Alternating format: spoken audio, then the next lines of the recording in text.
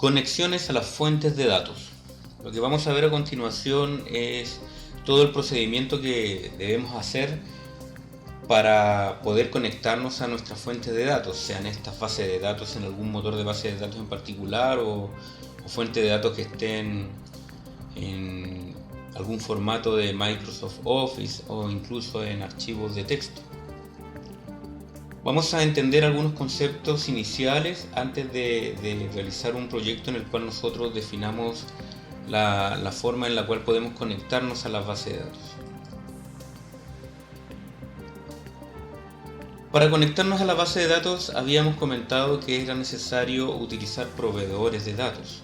Estos proveedores de datos tienen como propósito que nosotros podamos conectarnos a una base de datos en particular, a la vez ejecutar comandos sobre estas bases de datos, por ejemplo, eliminar o recuperar resultados, donde estos resultados pueden ejecutarse directamente o los podemos nosotros ejecutar a través de un dataset con el fin de utilizarlos posteriormente o utilizarlos de alguna manera más ad hoc a través de un control que requiera un data binding para hacer esta presentación. Por ejemplo, un grid view, un list item o un list view, o cualquier otro objeto que lo requiera. También podríamos utilizar este proveedor de datos para poder de alguna manera recuperar nuestros datos de distintas fuentes de datos, como por ejemplo desde SQL Server, de Oracle u otras fuentes que nosotros necesitemos. Adicionalmente, nosotros podemos tomar estos datos y podrían ser utilizados en forma remota a través de una aplicación que esté dividida en niveles o incluso en una aplicación que esté dividida en capas y en la cual nosotros queramos pasar la información entre capas. Estos frameworks que permiten poder conectarnos a una fuente de datos son ligeros, de tal manera que ellos van a crear un nivel mínimo entre lo que es nuestro origen de datos, en este caso la base de datos, y el código, o en este caso nuestra capa de acceso a datos, ¿no? En este contexto, esa capacidad que tienen de ser bastante potentes sin agregar esfuerzos adicionales a nuestra aplicación, permiten aumentar el rendimiento y, como les digo, sin sacrificar ninguna de las funcionalidades que está o de las cuales nosotros necesitaríamos. Veamos algunos proveedores de datos que vienen incluidos dentro de el framework.net. Existen un conjunto de proveedores de datos nativos con los cuales nosotros podríamos trabajar y sacar bastante provecho a nuestra aplicación. Veamos algunos de ellos. El primero de estos vendría siendo un proveedor de datos para SQL Server. El proveedor de datos del framework.net para SQL Server usa un protocolo o usa su propio protocolo para comunicarse con el servidor de base de datos. Es bastante ligero y como les digo, presenta buen rendimiento porque está optimizado para tener acceso a SQL Server directamente sin agregar ninguna otra capa, por ejemplo a través de OLDB o a través de ODBC. ¿Esto qué significa? Esto quiere decir que cuando nosotros utilizamos directamente un proveedor de datos para SQL Server, se conecta directamente en versiones obviamente de la 7.0 o superiores. Sin embargo, nosotros también podríamos utilizar otros proveedores de datos, como les decía, por ejemplo OLDB. Sin embargo, estos van a agregar componentes y capas intermedias que de alguna manera podrían sacrificar un poco nuestro rendimiento. Por eso lo importante es siempre utilizar un proveedor de datos nativos, ya sea que venga con el framework.net o aquel que entregue el proveedor mismo de nuestro motor de base de datos. Otra característica u otro proveedor de datos es el que utiliza OLEDB. Este origen de datos que se va a encontrar en el espacio de nombres system.data.oldb. Es un framework que usa OLEDB nativo con el fin de habilitar el acceso a datos mediante interoperabilidad COM. COM significa modelo de objetos componentes. Algunos de los proveedores que vienen incorporados dentro de nuestro proveedor de datos para OLEDB vendría siendo SQL OLEDB, un proveedor de datos OLEDB para SQL Server. Generalmente en versiones muy antiguas de SQL Server deberían utilizar OLEDB. O también tenemos MSD ahora, que es un proveedor de OLEDB para comunicarnos con Oracle. También tenemos otro proveedor de datos, OLEDB 4.0, que es un proveedor de datos, en este caso para un motor de base de datos Microsoft Jet. En este caso podríamos utilizarlo para comunicarnos con Access o con Excel, y de esa manera utilizar a estos dos archivos como fuente de datos. Otro proveedor de datos interesante vendría siendo un proveedor de datos para ODBC. Cuando ya nosotros no tengamos ninguna otra forma de cómo comunicarnos con nuestras bases de datos, deberíamos utilizar una conexión de datos a través de ODBC. ODBC significa conectividad abierta a base de datos. En este caso, el ODBC utiliza el administrador de controladores de ODBC nativos para habilitar el acceso a datos a través de un gestor que viene incluido dentro de nuestro servidor o dentro de la aplicación en la cual instalemos nuestro sistema del sistema operativo. Hay administradores para configurar accesos a través de ODBC. En este caso hay ODBC nativos para SQL Server, para Oracle, para Access y otro conjunto más de fuentes de datos y motores de datos. Aquí es importante identificar a través de cada proveedor de datos, cada owner o dueño o propietario de estas fuentes de datos, los controladores ODBC que él tenga a disposición. También tenemos proveedores de datos para conectarnos de forma nativa con Oracle. Esto va a habilitar el acceso a orígenes de datos quienes estén en este formato, ¿no es cierto?, a través de un software de conectividad para el cliente Oracle. Aquí importante es entender que el proveedor de datos es compatible con la versión 8.1.7 o posterior del cliente de Oracle. Por lo tanto, es necesario tener instalado este cliente en este caso en nuestro servidor o en nuestro equipo. Existen otros proveedores de datos que vendrían siendo Entity Client, utilizado para aplicaciones que utilicen el modelo dato entidad o Entity Data Model. Y también tenemos un proveedor de datos para SQL Server Compact.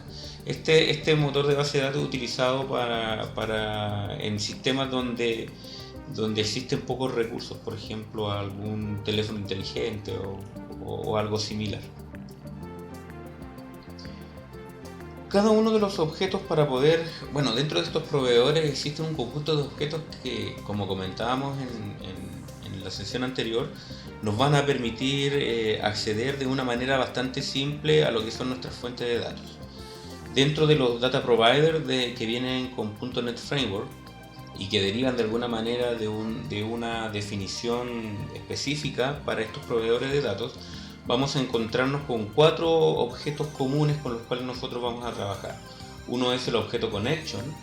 Este objeto es el que establece la conexión al origen de datos determinados. Es bastante importante y de alguna manera deriva de una clase llamada DBConnection, que es la que se encarga de definir y características para este objeto, ¿no? Por lo tanto, así, dependiendo del proveedor de datos, vamos a encontrar OLE Connection, SQL Server, SQL Connection, Oracle Connection. Además, vamos a encontrar objetos como Command, que es un objeto que se utiliza a través del objeto Connection para ejecutar comandos dentro del origen de datos. Este objeto adicionalmente va a requerir que nosotros podamos entregarle parámetros a través de un objeto llamado parameters, y también de alguna manera se va a ejecutar dentro de un ámbito el objeto transaction para controlar las transacciones en caso de que existan errores y podamos deshacerlo. La clase base para todos los objetos command derivan de una clase llamada DBCommand. Tenemos también un objeto llamado DataReader. El DataReader va a leer un flujo de datos de solo avance y de solo lectura, forward only, como mencionábamos recientemente, y read only. Este objeto, como les decía, toma los datos y los lee, gracias a que se pudo realizar la conexión a través del objeto Connect. Todos los data readers van a derivar de un objeto denominado DBDataReader. Finalmente tenemos el objeto DataAdapter, que, si ustedes recuerdan, viene siendo o nos sirve de puente entre lo que es un dataset y nuestra fuente de datos. Por lo tanto, el DataAdapter va a servirnos para llenar un dataset y realizar todas las actualizaciones necesarias en el origen de datos. Derivan de una clase denominada DBDataAdapter. Adicionalmente, como vemos en estas diapositivas, nos vamos a dar cuenta de que existen objetos adicionales, objetos que componen el objeto Connection, Command, DataReader, más que DataReader, DataAdapter.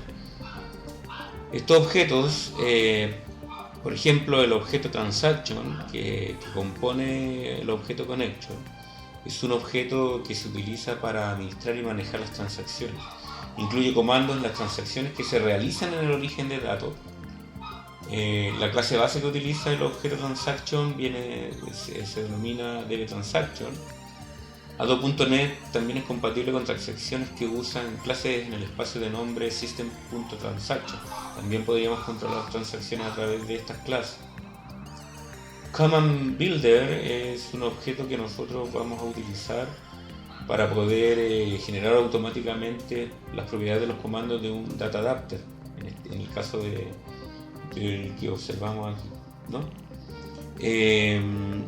Después tenemos el Connection String Builder, que nos va a permitir administrar la cadena de conexión, que vamos a ver más adelante, y es la que define cómo yo debería conectarme a nuestra fuente de datos, y es la que utiliza el objeto Connection para conectarse a la base de datos.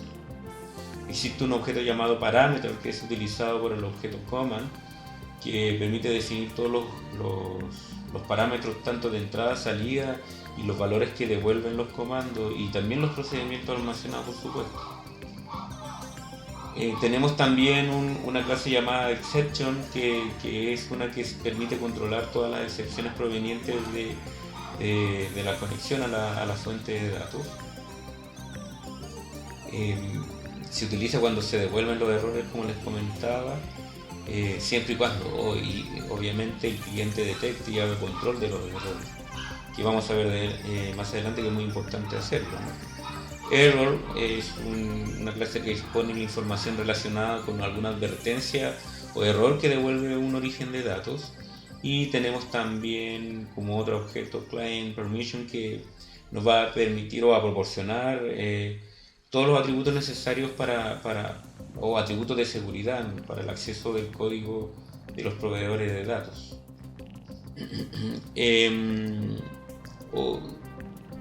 Acá hay que hacerse una pregunta importante, ¿no? ¿Cómo elijo o cuándo debo elegir un proveedor de datos de .NET Framework? A ver, los proveedores de datos de .NET Framework para SQL Server se va a recomendar para aplicaciones de nivel intermedio que usan SQL Server. En este caso recomendado para aplicaciones también de nivel único que usan el motor de base de datos Microsoft Server, como les comentaba. Y se recomienda, en lugar de utilizar el proveedor OLED, que como veíamos antes utilizaba o agregaba capas intermedias que podían de alguna manera comprometer la velocidad o el rendimiento de nuestra aplicación. También tenemos los proveedores de datos para .NET Framework para OLED. Aquí también existen para, como les comentaba, para SQL Server. Sin embargo, se recomienda aquí utilizar el proveedor de datos para SQL Server, el nativo directamente. Sí se recomienda utilizar OLEDB para aplicaciones de nivel único que utilizan base de datos de, por ejemplo, en Access o en algún formato de archivo de Office. Por ejemplo, podríamos acceder a información a través de planillas que estén en Excel. También tenemos proveedores de datos para ODBC, se utilizan o se recomiendan para aplicaciones de nivel único y también de nivel medio que requieran o que utilicen orígenes de datos en conectividad abierta a base de datos, ODBC. Y obviamente tenemos también los proveedores de datos recomendados para las aplicaciones que en este caso utilicen base de datos en Oracle. Por lo tanto, siempre es recomendable utilizar los proveedores de datos nativos. Sin embargo, si nosotros vamos a contar con alguna fuente de datos que no posea estos proveedores de datos nativos, la única opción que vamos a tener, u otra opción que vamos a tener, sería utilizar OLEDB, como les comentaba aquí como este proveedor de datos, ¿no? Si es que, obviamente, existe un proveedor de datos OLEDB para la fuente de datos a la cual nosotros nos vamos a comentar. Y por último, nosotros deberíamos elegir un proveedor de datos basado en ODBC, porque obviamente no va a sacar el rendimiento o aprovechar las características propias que tiene una fuente de datos o un motor de datos en particular en este caso. Vamos a ver en un ratito más que para utilizar OLEDB es necesario configurar un DSN, lo que se denomina Data Source Name, en el panel de control del sistema operativo o de algún panel de control personalizado que tenga un servidor web o nuestro propio servidor, ¿no? Sin embargo, existen dos modos de crear estas conexiones, y una sería o escribiendo el código o, como vamos a ver más adelante, o de alguna manera a través de un formato o modo visual. Sin embargo, lo recomendable aquí es utilizar el código para poder gestionar la conexión a nuestra base de datos. Como les comentaba, la opción principal es utilizar un proveedor de datos nativo. En este caso hay varios motores de base de datos que entregan y tienen a disposición de la comunidad de desarrollo de .NET proveedores de datos exclusivos para poder trabajar con .NET Framework a través de Adobe.NET. En este caso tenemos un conector para base de datos MySQL denominado MySQL Connector.NET. Oracle también nos entrega un proveedor de datos para .NET. Tenemos también para Postgres Data Direct. Tenemos un conector disponible para base de datos Vista DB, para Debart, que es otro motor de base de datos, para OpenLink Software, también para base de datos en IBM, para algún formato de base de datos Anywhere de Sybase, podemos utilizar también Sybase Adaptive Server Enterprise, ACE, que también es otro formato de base de datos, para aplicaciones para base de datos SQLite, son aplicaciones de Sunny Software Solution, también para Synergy, para Firebird y obviamente para Postgres. Este formato de base de datos que nosotros tenemos lo podemos encontrar yendo a este link que les comento aquí, que vendría siendo este, ¿no? MSDN nos entrega una página donde nosotros podemos acceder a estos proveedores de datos, como les comentaba. Podemos ir a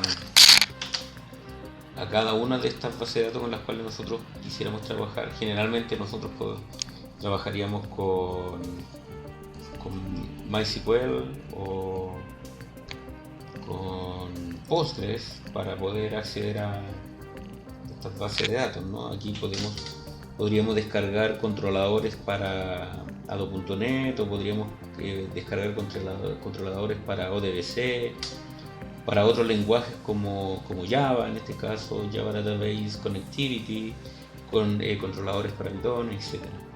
Vamos a dejar descargando estas aplicaciones. En este caso nos permite elegir en qué plataforma vamos a trabajar. Podríamos utilizar, en el caso que queramos instalar .NET en mono, aquí también tenemos la posibilidad de bajar este controlador, incluso como nos entrega aquí código fuente para poder trabajar, ¿no? Vamos a elegir y vamos a descargar.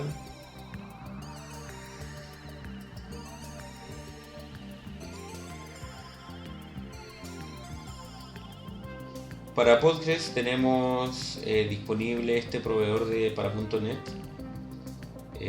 Acá hay algunas notas del release y podríamos entonces descargar este proveedor de datos para poder utilizarlo posteriormente en fuente de datos. Aquí tenemos la versión disponible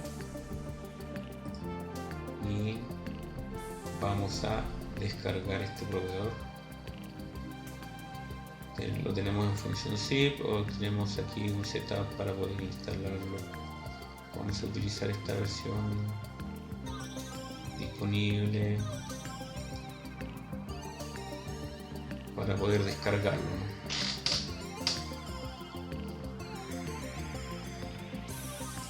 Vamos a guardar.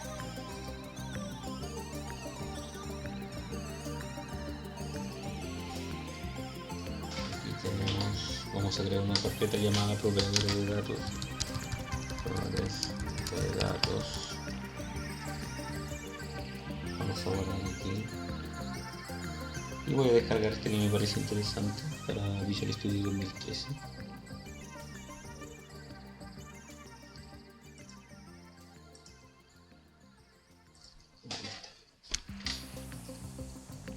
Bueno, aquí nos está pidiendo el inicio de sesión para Oracle.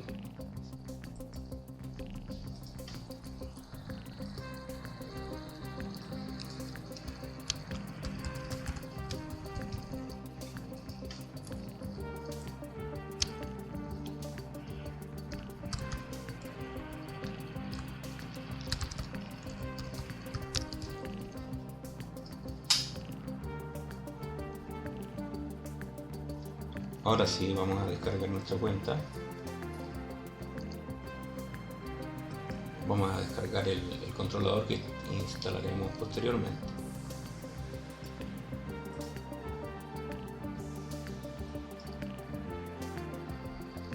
Bueno, lo que debemos entender entonces para poder conectarnos a un proveedor de datos, un data provider, es que debemos utilizar el objeto connection. El objeto connection necesita tener información o la información necesaria para poder realizar esta conexión a nuestra fuente de datos. Y para eso nosotros vamos a tener que definir lo que es la cadena de conexión. Cuando nosotros vamos a conectar nuestra aplicación a la base de datos, nosotros vamos a decir a Ado.net que utilice un proveedor para que haga ese trabajo. En este caso, nosotros queremos conectarnos a nuestra fuente de datos, pero vamos a utilizar Ado.net, el cual va a utilizar un proveedor específico a nuestra fuente de datos, y con esto nos vamos a conectar. A esto nosotros debemos entregarle, por lo tanto, una cadena que se va a denominar la cadena de conexión. La cadena de conexión le va a decir a ADO y al proveedor de datos, a través de ADO, al proveedor de datos, dónde se encuentra nuestra base de datos. Por ejemplo, una propiedad llamada server o data source. ¿Qué tipo de seguridad tiene la base de datos? Si es que existen passwords, si es que tienen puertos, cuál es la instancia de la base de datos, etc. Tomando en cuenta de que como existen diferentes proveedores de datos, también van a existir distintas maneras de que nosotros podamos entregar información al proveedor para que éste pueda hacer, digamos, la acción de conectarse. Es por eso que esto se escribe en una cadena de conexión y no está relacionado a un tipo de dato en particular o a un objeto en particular. Son tantas entonces las maneras en las cuales nosotros deberíamos conectarnos. Por ejemplo, si quisiéramos decir que se conecten con algún servidor en particular, deberíamos darle la dirección o deberíamos darle el nombre del servidor, incluso la instancia. Existen algunas reglas que nosotros debemos respetar, que son reglas básicas para que nosotros podamos definir el formato de la información que se va a requerir en esta cadena de conexión. Sabemos que es un string y por lo tanto no están relacionados a tipos de datos. Y como son valores en cadena de datos, en string, nosotros sí debemos entregarla de una manera correcta, codificada de una manera correcta. Por lo tanto, las claves para realizar esto serían las siguientes. Siempre que nosotros definamos algunos elementos dentro de la cadena de conexión, van a ser entregados en un par clave-valor, que se van a separar por un punto y coma de la otra. Va a haber un igual que va a conectar el valor con la clave. Por ejemplo, si nosotros decimos server igual y damos la ubicación, damos la IP, damos el nombre del servidor. Esta información es la que por lo tanto se va a entregar a la base de datos, o al proveedor que se va a conectar a la base de datos. Como hay muchas fuentes de datos y no siempre la información se encuentra disponible, existe una página bastante útil que nos podría ayudar a encontrar o a saber cómo definir esta cadena de conexión. La página se llama www.connectionstrings.com. Vamos a entrar a esta página y vamos a ver cómo nos podría ayudar en la definición de nuestra cadena de conexión.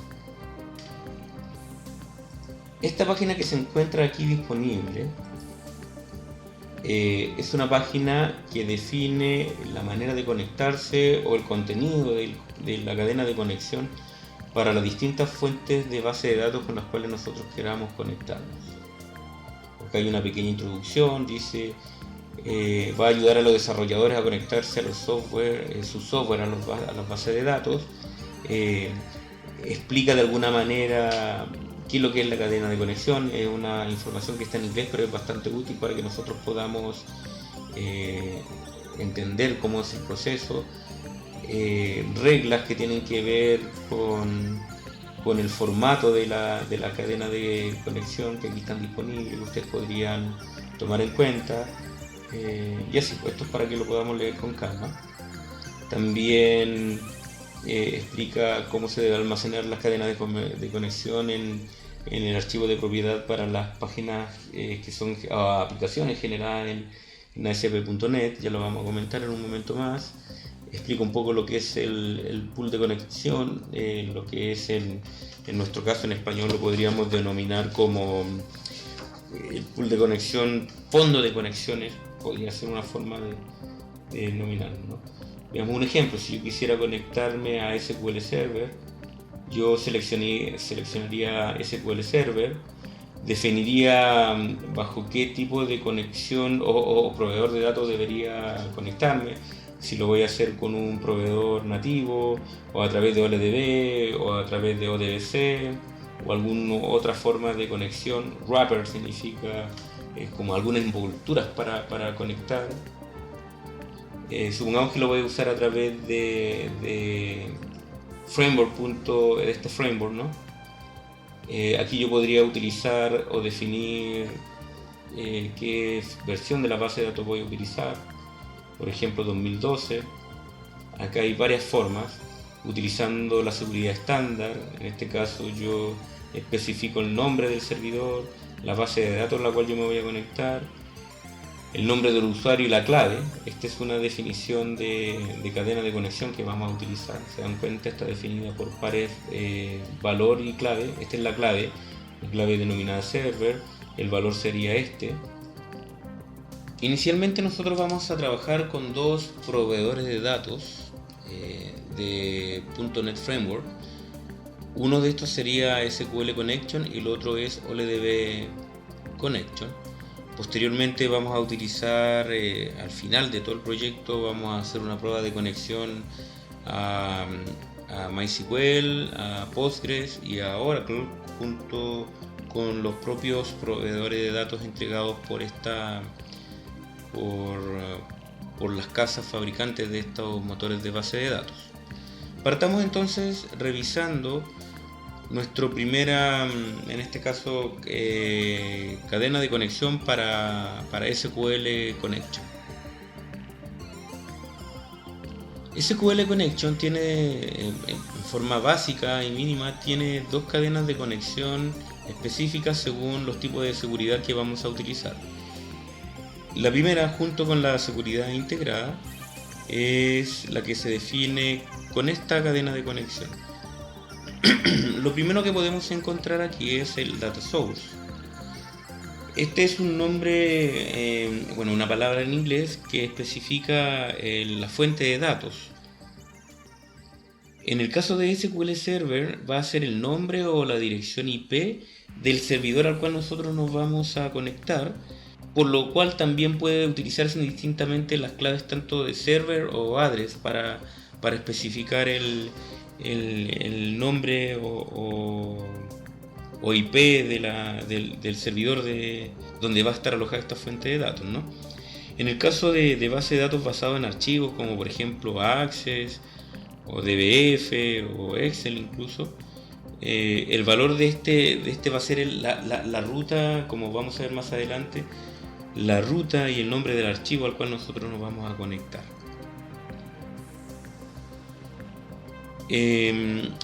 Initial Catalog es un estándar ANSI SQL. En este caso, en este estándar se le llama catálogo a lo que normalmente nosotros vamos a entender como la base de datos, el nombre de la base de datos. Esta propiedad suele ser inexistente en algunos proveedores de datos, ya que en la misma propiedad data source, data source queda indicada la base de datos a la cual nosotros nos vamos a conectar. En otros casos también puede llamarse database. La propiedad que se denomina aquí como Integrated Security, en el caso de algunos servidores tales como SQL Server y Oracle, estos confían en el esquema de seguridad que se provee o que es provisto por el sistema operativo, siendo de hecho incluso la opción recomendada para que uno se conecte a la base de datos, mientras sea esto posible. ¿Y esto por qué? Porque no solo simplifica la administración, sino que también incrementa la seguridad utilizando la seguridad que ya viene definida en el sistema operativo que está alojando nuestra base de datos. En forma predeterminada, los valores para esta propiedad vendrían siendo true, false, no, yes o SSPI. Esta última es la más recomendada de usar. En el caso de que usemos conexiones, por ejemplo, del tipo ODBC, a esta propiedad se le va a denominar Trusted Connection. En el caso de utilizar una seguridad estándar, aparte de especificar el servidor, el database como nombre de la base de datos, vamos a especificar el ID del usuario, en este caso es el nombre del usuario, y luego también la password con la cual nosotros nos vamos a conectar. Hay otras propiedades adicionales que uno podría utilizar en esta conexión a la base de datos, en este caso a SQL Server, que vienen especificadas en esta dirección que está aquí abajo. Vamos a ver un poco de estas propiedades. En esta página podemos observar, está traducido al español, podemos observar que hay un conjunto de propiedades predeterminadas, y también nos explica cómo funciona el pool el connection string para lo que es SQL Connection. Hay explicaciones bastante completas respecto a lo que es esta cadena de conexión y podemos encontrar aquí para cada una de los keywords, de las palabras claves, tanto su valor por defecto como la descripción de lo que es o para qué nos van a servir estas palabras clave. En este caso, por ejemplo, addr, address, viene siendo el nombre de la fuente de datos.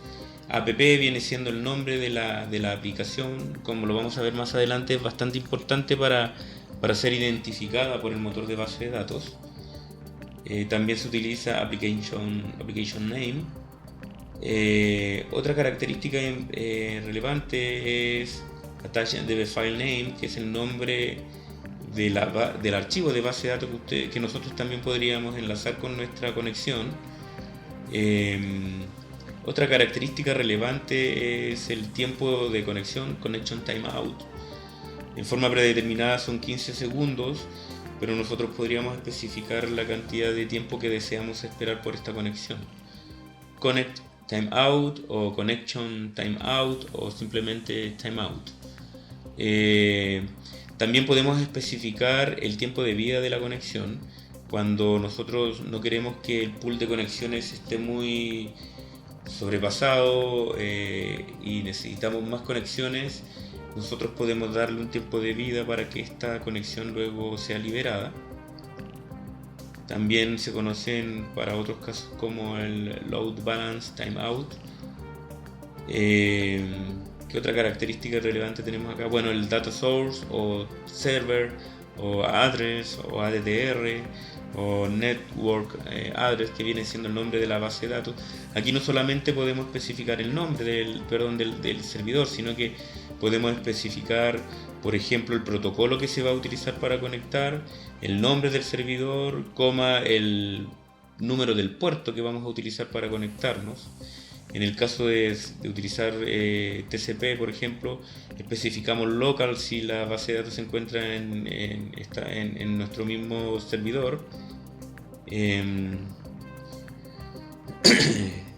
Tenemos que basarnos obviamente en los distintos protocolos para especificar tanto la dirección de la base de datos utilizando IPv4 o IPv6, o el nombre del servidor a través de NetBIOS Name. Otra característica también relevante a tener en cuenta viene siendo Initial Catalog, que viene siendo, o Database, es el nombre de la base de datos con un máximo de 128 caracteres o menos. Como comentábamos delante, Integrated Security o Trusted Connection, que viene siendo el nombre de la base de datos. Perdón, aquí especificamos, disculpen, el modelo de seguridad que vamos a utilizar. Lo recomendado es utilizar SSPI o verdadero. También en el caso de asegurarnos de que exista un uso efectivo del pool de conexiones, nosotros vamos a utilizar o especificar el tamaño máximo tanto para el pool de conexiones o el tamaño mínimo. Cuando se superan la cantidad de conexiones al número máximo, va a generar un error. Y lo que es la password y el ID del usuario para establecer una conexión basada en la seguridad intrínseca de SQL Server. ¿Qué es lo que es el pool de conexiones que hemos mencionado tanto? Cuando se realizan las conexiones a la base de datos, nosotros nos vamos a encontrar con la siguiente situación. Cada vez que el objeto connection se conecte a la base de datos, o cada vez que nosotros nos conectamos a nuestra base de datos, se realizan los siguientes procesos. Primero, se genera una conexión a la base de datos. Luego, se hacen los movimientos de datos necesarios, recuperaciones, se envían datos a almacenar en la base de datos, se eliminan, etc. Luego, se desconecta de la base de datos. Por lo tanto, todo este proceso que nosotros vamos a denominar cuando el objeto connection se instancie, genere las operaciones que vamos a ejecutar a través de esta conexión y luego se cierre la conexión a la base de datos, van a consumir recursos. Estos recursos se consumen tanto por el lado del servidor, por el lado del cliente, y también se consumen recursos de red. Nuestra aplicación puede mantener múltiples conexiones al mismo servidor, incluso múltiples conexiones a la misma base de datos. Esta última característica a nosotros nos va a permitir que nos aprovechemos de una característica muy importante que poseen los sistemas de gestión de bases de datos relacionales, que se va a denominar como connection pooling o pool de conexiones o fondo común de conexiones. El mayor consumo, como decíamos, que se registra es al momento tanto de crear la conexión a la base de datos, durante el traspaso de información entre lo que es el servidor y el cliente, y obviamente al momento de cerrar la conexión. Como el traspaso de información es inevitable, de hecho por eso nos estamos conectando desde nuestro cliente a la base de datos, lo que hace el pool de conexiones va a minimizar este consumo de recursos, manteniendo las conexiones abiertas durante un cierto tiempo.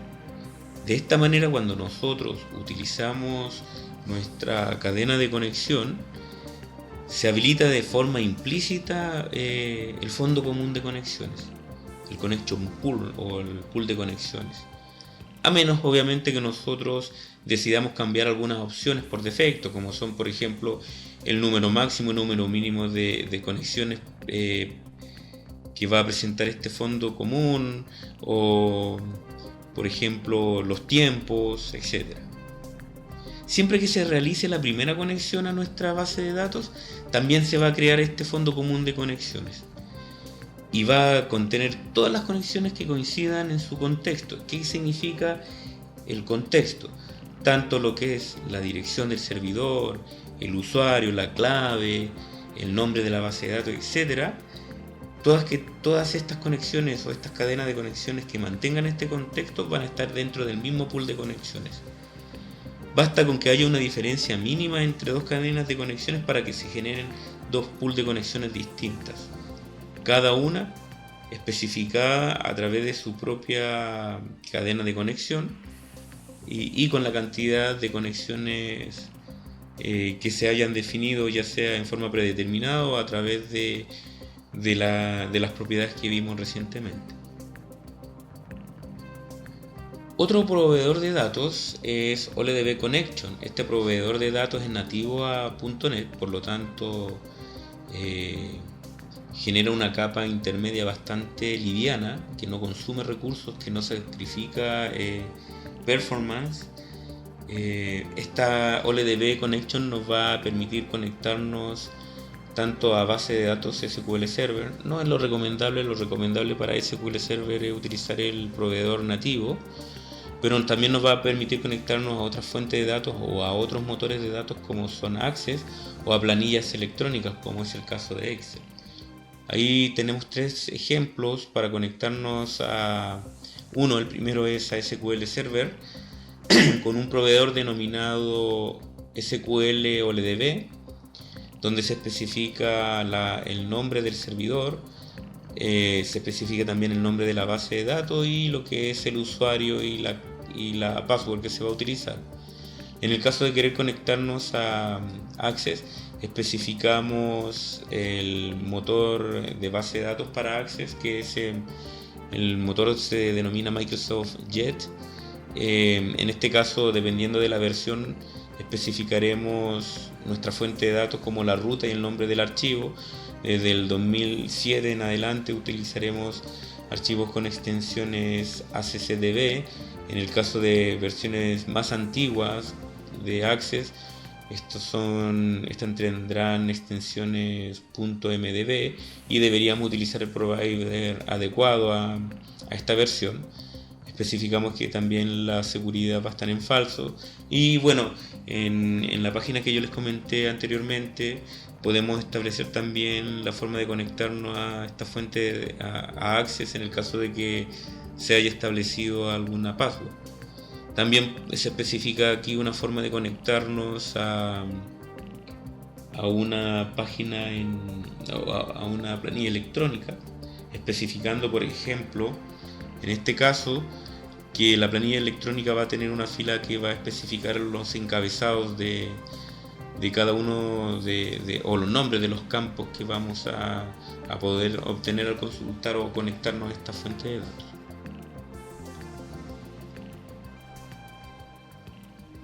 Vamos a aplicar todo lo que hemos revisado hasta el momento en algunos laboratorios. El primero de estos laboratorios nos va a permitir crear la infraestructura de la aplicación, aprovechando como una arquitectura de desarrollo una aplicación basada en capas que nos va a servir para ejemplificar el uso de ADO.NET en un proyecto. En este caso, nuestro proyecto va a tener como nombre base Cardex, ejemplo Cardex. Vamos a generar una aplicación en capa, donde vamos a generar interfaces de usuarios basadas en formularios web, en formularios Windows y aplicación de Windows Presentation Foundation posteriormente, ¿no? Esta aplicación se va a conectar inicialmente a dos fuentes de datos, una en SQL Server, otra en Access. Finalizado el proyecto, vamos a ejemplificar conexiones a Oracle, a MySQL, a Postgres, algunos ejemplos de conexión a Access. Vamos a completar la creación de nuestra aplicación generando capas, una denominada la capa de servicio. Esta capa posee estructuras que van a permitir compartir información entre los distintos niveles o capas. Una capa denominada reglas de negocio que nos va a permitir generar o gestionar todo lo que es la lógica de la aplicación, la cual nos va a permitir también entregar la data procesada para generar servicios web. También vamos a generar una capa denominada capa de acceso a datos, que va a ser la que a través de proveedores de datos ADO.NET nos va a permitir conectarnos a las distintas fuentes de datos. Para eso, entonces vamos a realizar las siguientes actividades. En esta actividad número 1, el primer paso va a ser crear una solución vacía que vamos a denominar ejemplo Cardex. Veamos cómo se genera o cómo se hace este proceso. Vamos a crear entonces una solución vacía que vamos a denominar ejemplo Cardex. Para realizar eso vamos a ir a nuevo proyecto. Una vez que vayamos a esto, vamos a elegir la plantilla adecuada. En este caso vamos a ir dentro de los proyectos de Visual C#. Podríamos definir algunas de las que están predeterminadas aquí. Como en nuestro caso es generar una solución vacía, nos vamos a ir a otros tipos de proyectos.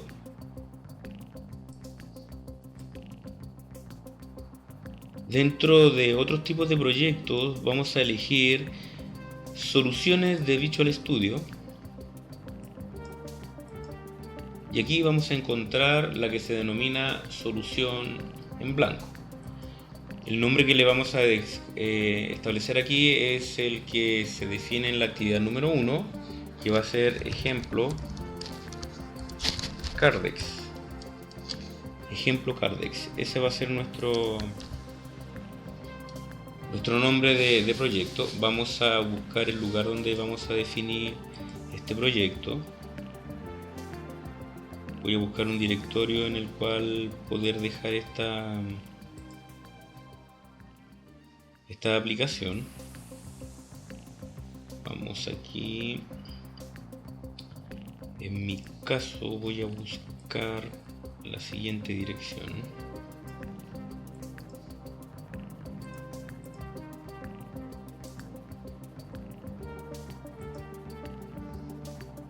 Ejercicio C# 4.5, ahí lo voy a dejar. Ponemos aceptar y hemos creado entonces de esa manera nuestra solución en blanco con la cual nosotros vamos a desarrollar nuestro proyecto. Muy bien, como siguiente paso vamos a realizar la siguiente actividad. Vamos a generar una aplicación, en este caso vamos a generar una capa para la interfaz de usuario, pero esta vez basada en el framework Windows Form. Este va a ser el nombre que nosotros con el cual vamos a denominar a este proyecto. Es un proyecto basado, como les decía, en formularios Windows. Veamos cómo se realiza esto.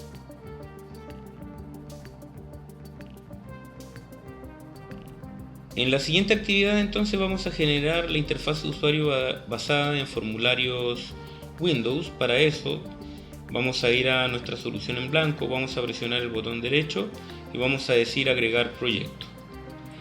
Dentro de los proyectos que vemos aquí vamos a elegir los basados en C#, basados en Windows, y aquí vamos a elegir aplicación de Windows Form o Windows Form Application en el caso que tengamos la versión en inglés. El nombre que le vamos a poner a nuestra aplicación va a ser ejemplo Cardex, ejemplo Cardex,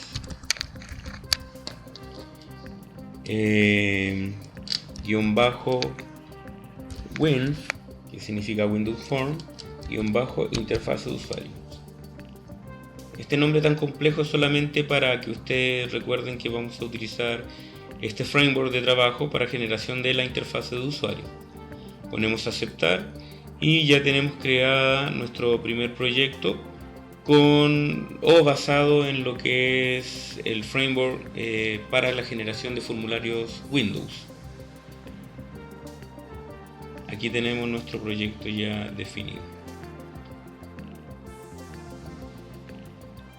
Bueno, a continuación vamos a generar otro proyecto de interfaz de usuario. Esta vez vamos a generar una interfaz de usuario basada en un modelo web. Este va a ser el nombre con el cual vamos a denominar nuestro proyecto. Vamos a utilizar ASP.NET para generar formularios web forms. Veamos cómo se realiza esta actividad.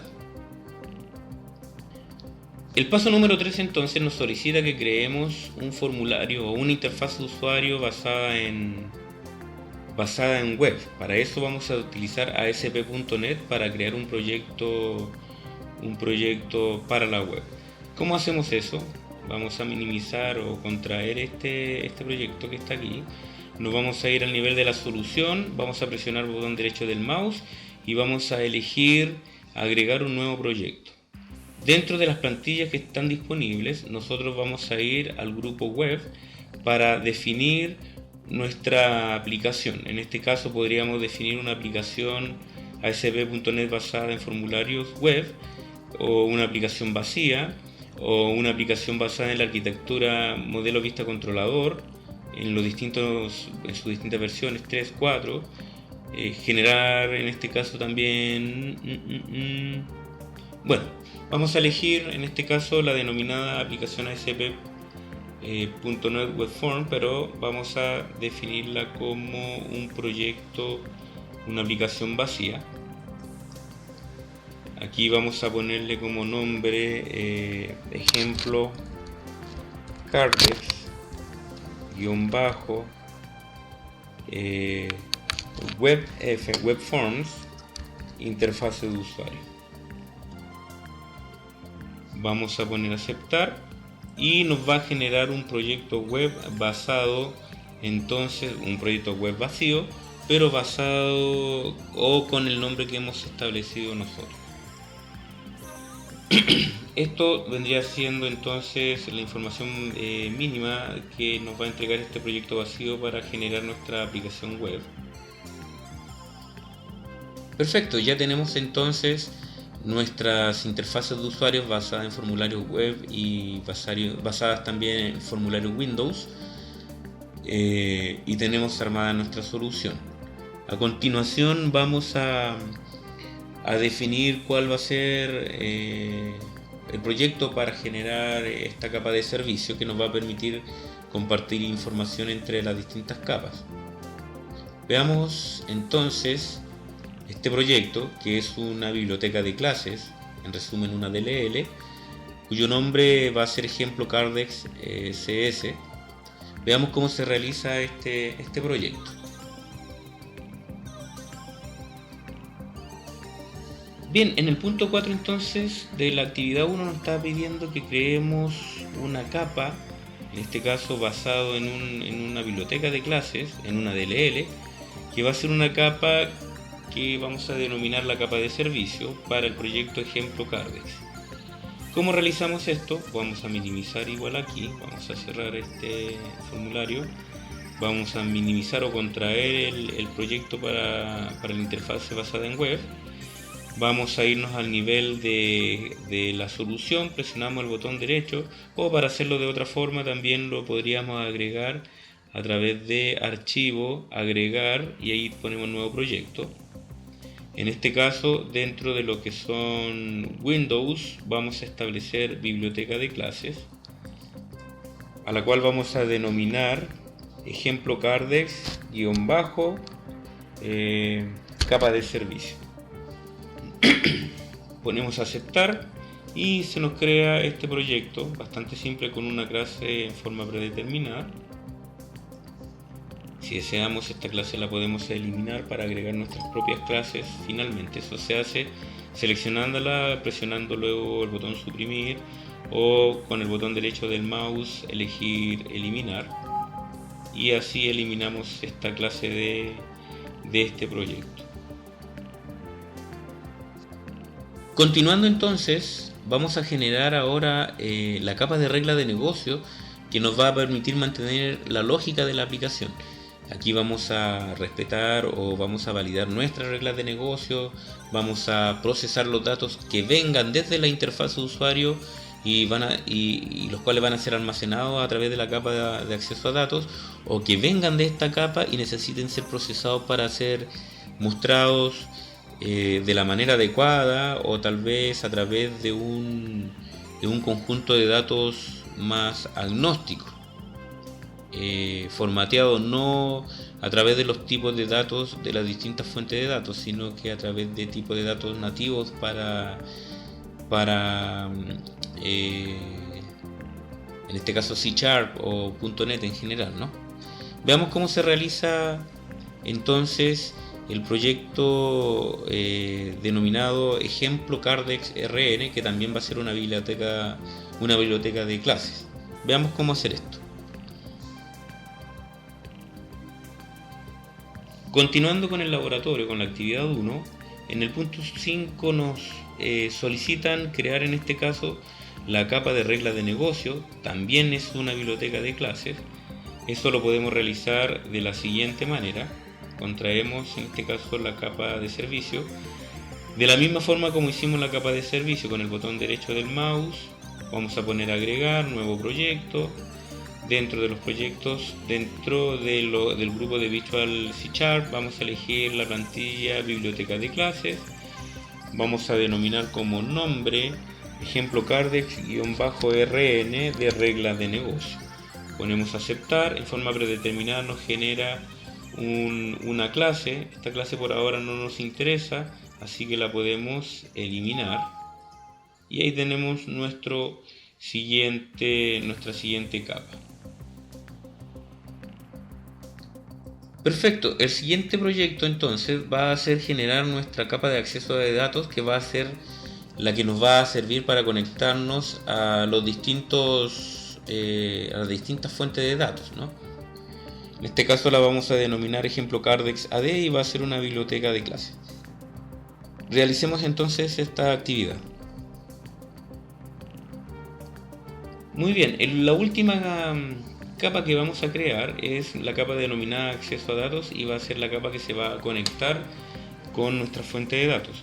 De la misma forma como hicimos la capa de regla de negocio y la capa de servicio, agregamos un nuevo proyecto. Hagámoslo de otra forma. Aquí vamos a poner agregar nuevo proyecto. Son las distintas formas de poder agregar un proyecto, ¿no? Elijan la que estimen más cómodo para ustedes. Una biblioteca de clases que vamos a denominar en este caso, qué interesante, está creándonos un nuevo proyecto con una nueva solución, no es lo que nosotros queremos hacer. Botón derecho del mouse, decimos agregar nuevo proyecto dentro de la misma solución, por eso no nos pide una solución distinta, a la cual nosotros vamos a denominar ejemplo Cardex-acceso a datos. Como les comentaba, una biblioteca de clases, ponemos aceptar, en forma predeterminada nos genera una clase denominada clase 1, no la vamos a usar, así que estamos en libertad de eliminar esta clase. Y ahí tenemos entonces todas nuestras capas en función de la arquitectura presentada en el laboratorio número 1. Capas de interfaz de usuario, tanto en web como en Windows.